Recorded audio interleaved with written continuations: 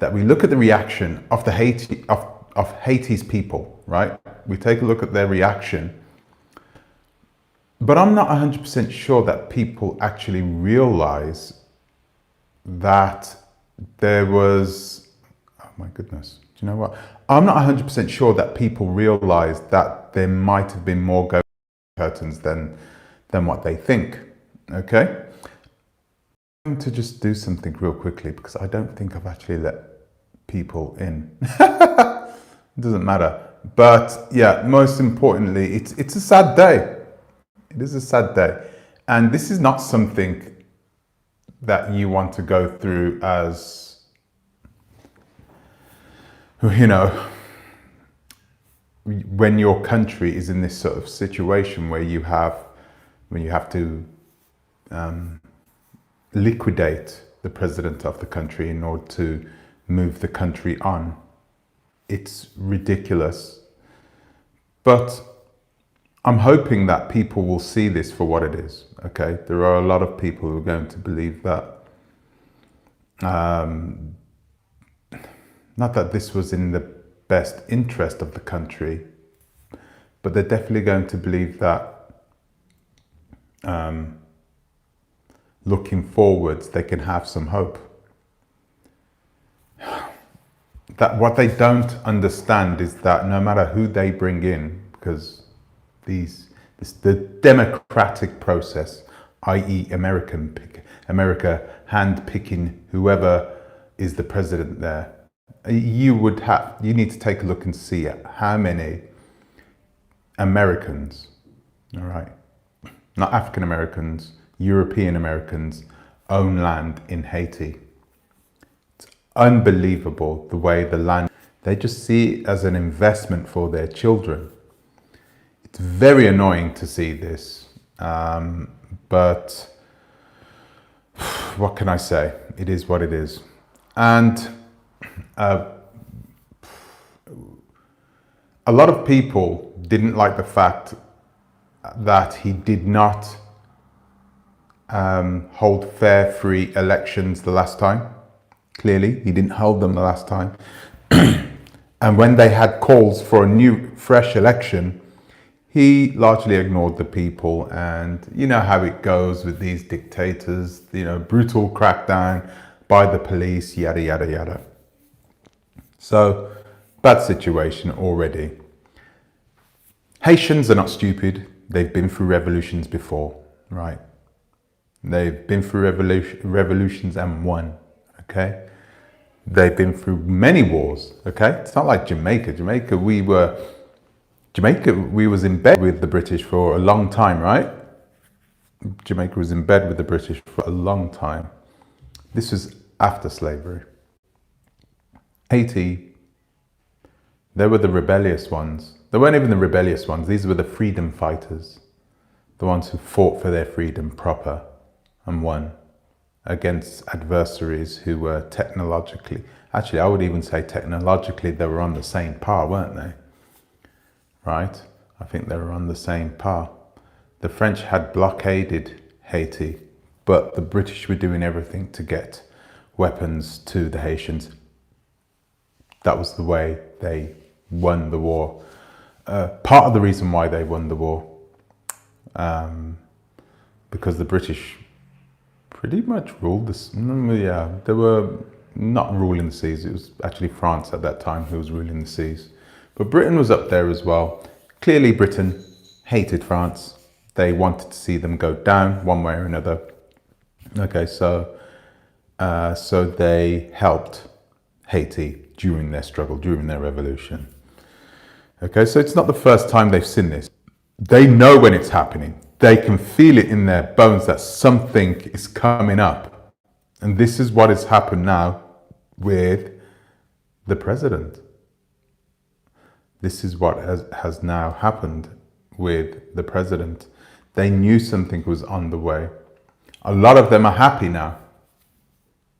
A lot of them are rejoicing. A lot of them are celebrating in the streets that he is gone. And I know a lot of us people in the West, a lot of diasporans, especially in the West, who don't understand that You know, you can have your own brand of democracy, but it doesn't mean it's going to work everywhere, right? A lot of us don't understand that. So we see it and we are shocked by what has happened.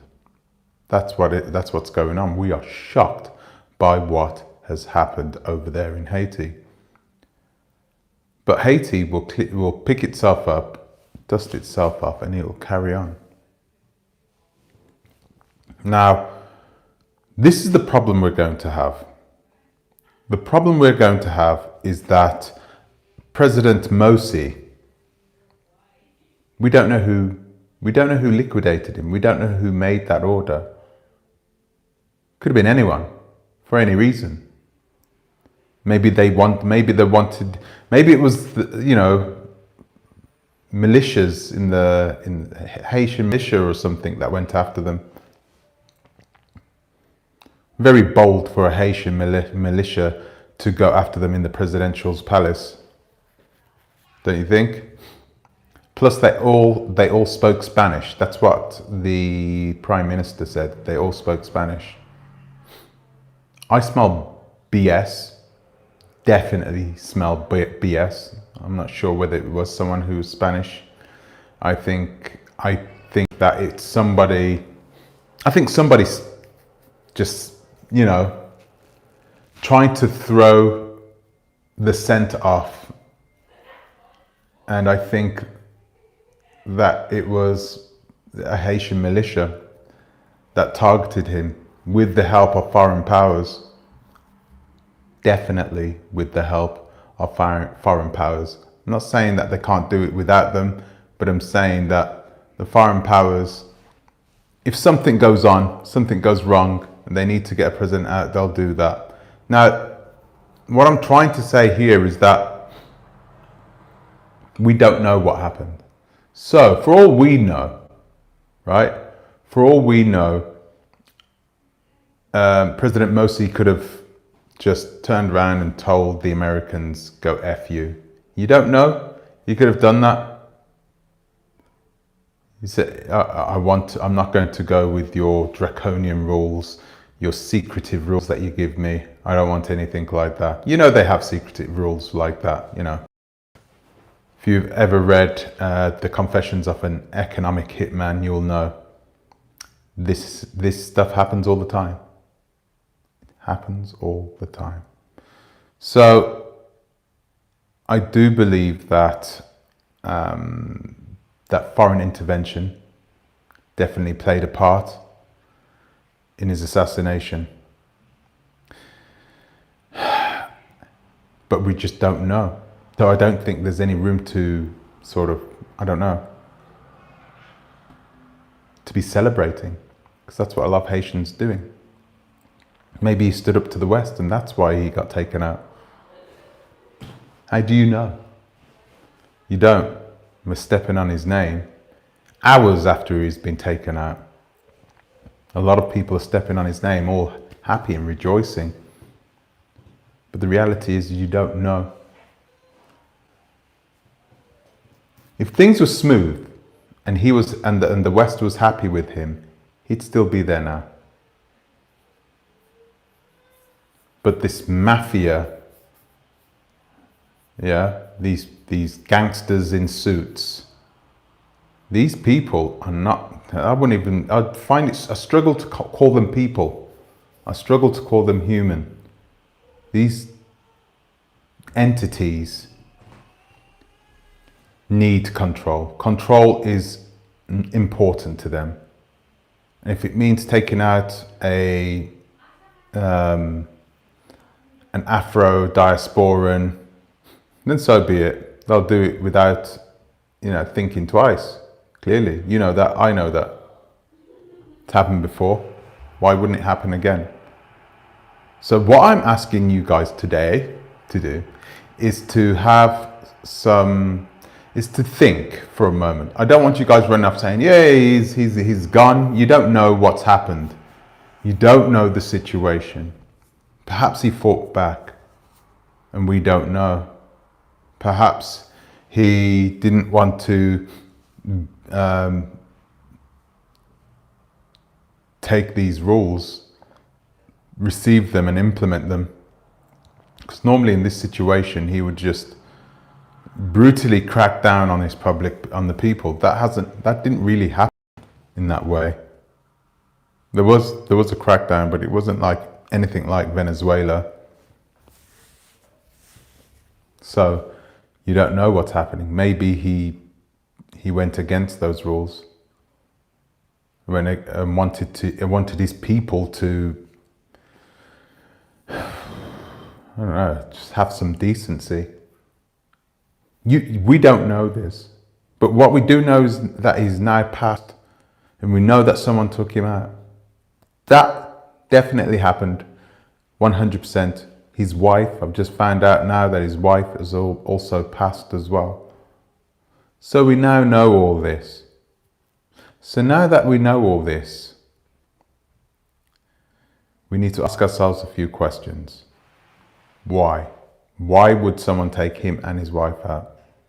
What is the actual benefits of taking him out? Because it's one thing just to say, oh, control, but let's be more specific. What is the positive? Well, number one positive thing is that he wasn't holding an election, right? Which these people tend to do, you know, when they are about to lose power.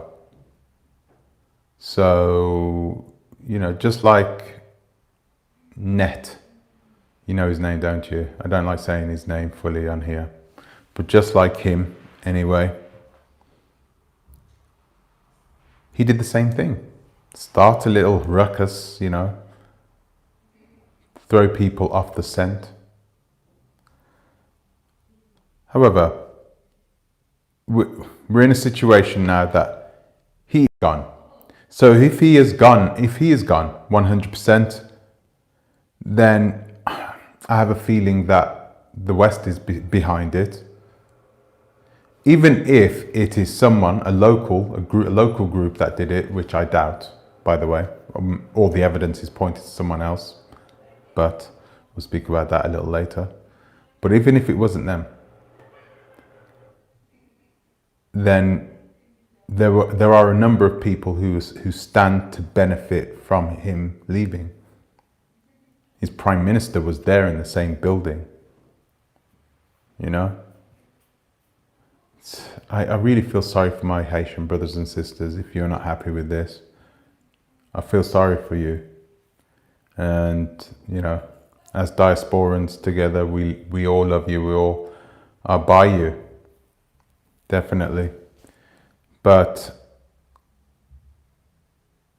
you need to be able to see, excuse me, through the clouds now. It's your turn to stand up. And I know people say stand up and they do all this, and then they get sold. A lot of our African dictators and Caribbean presidents and prime ministers, they're all puppets. For the most case, they're puppets. They are under the full control of the UN mafia, the United Nations, and also the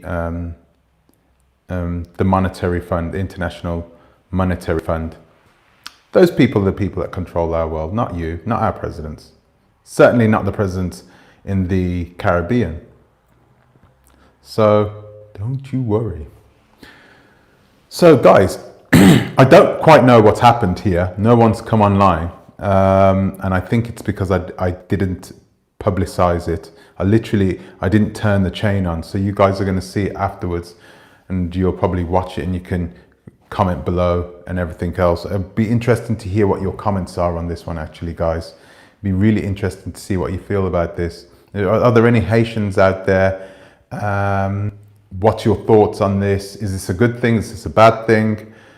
Who's going to replace him permanently? Will the prime minister, not the president, but the prime minister, will he fill his boots and try and solidify his place in power now? Will he do the same thing too? Interesting to see what your thoughts are on this. Leave a comment in the comment section below. So guys, that's all I got time for today. Okay, I know it was a really short one. I wanted to post something, but you know, I was going to post something else. Tomorrow, I've got a video coming up. It's a live video. We're going to talk about GAM reality, GAM realty. We're going to talk about GAM realty. They posted a video today. We're going to break that down a bit because their video was essentially telling any potential investors, any potential house buyers that if they want to buy a house, they want to buy real estate and not get scammed. This is what their words were. If you don't want to get scammed, please go through us, and it'll be interesting to see if you've had any experiences, both good and bad, with GAM Realty. You can come on tomorrow, have a chat with us. It'll be really good to hear what your thoughts are. So guys, thank you for watching today. I would like to give an extra special thank you to my Patreons. All you guys who give me the super chats, thank you very much. I really do appreciate it. All you guys for watching, just by watching, you're also supporting. Thank you very much. And I'll see you in the next one, okay? Until the next time, please think twice. Torah a bit.